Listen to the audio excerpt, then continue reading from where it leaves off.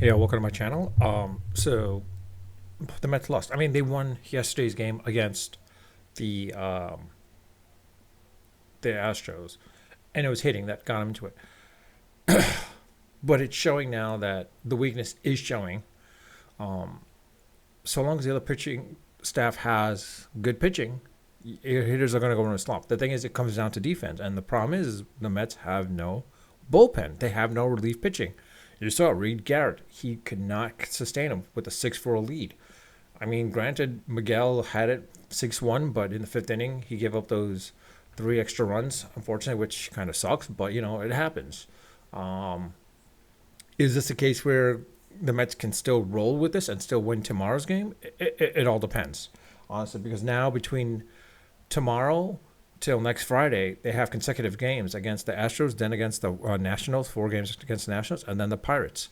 If they can win, if they can sweep the Nationals and Pirates, then the Mets should be okay at that point. But reality is like they still need bullpen. They still need relief pitching. They still need to build up that bullpen because the lack of is showing basically. And unfortunately, I don't know what you can do because the problem is you're not going to find any relief pitching out in the in the majors because teams are in it still and like except for maybe a handful, it's going to be hard to trade and specifically to the point where, like you don't want to give up any of your prospects, good prospects that is.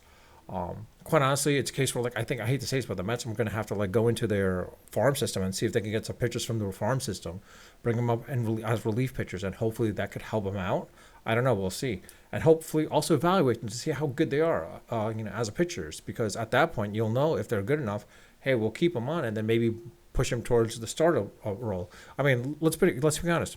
Seth Lugo is the classic example.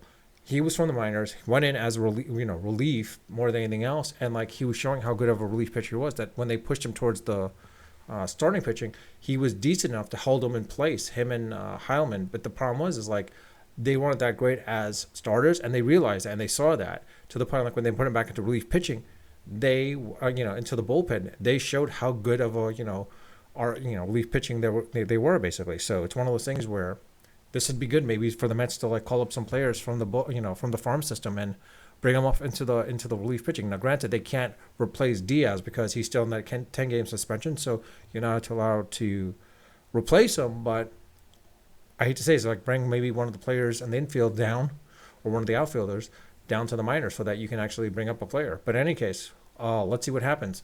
Um, will the Mets win? I don't know. Let's see how long they can do. Let's see what happens tomorrow. But the reality is like this next set of 8 to 9 games are going to show us, are the Mets for real or are they just lucky? Put it that way. With that, I'll leave it at that. Let me know your comments in the comment section. I do read all my comments and I do respond to them. If you like my video, like my content, like my channel, please subscribe if you haven't subscribed. And with that, I'll leave it at that. Unfiltered, unedited, and of course, always unrehearsed. Until next time.